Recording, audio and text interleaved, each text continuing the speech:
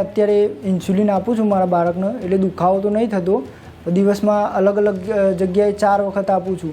પછી એક હાથે આપું, એક પગે આપું, તો પછી પાછળના ભાગે આપું, બીજા પેટના ભાગે આપું. એ રીતના દિવસમાં 4 વખત આપું છું.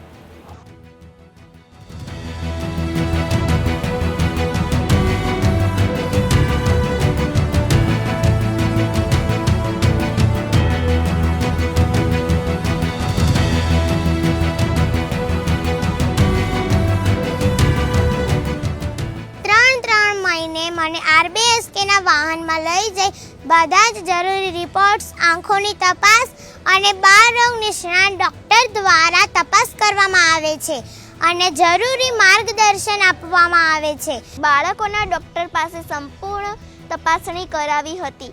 મને જિલ્લા પંચાયત મહેસાણાના સ્વભંડોળમાંથી નિયમિત રીતે ઇન્સ્યુલિન અને ઇન્સ્યુલિન પેન મળે છે.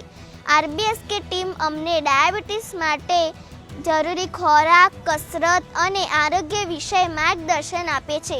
તે બદલ હું જિલ્લા પંચાયત મહેસાણાનો દિલથી આભાર માનું છું. અસ્તુ.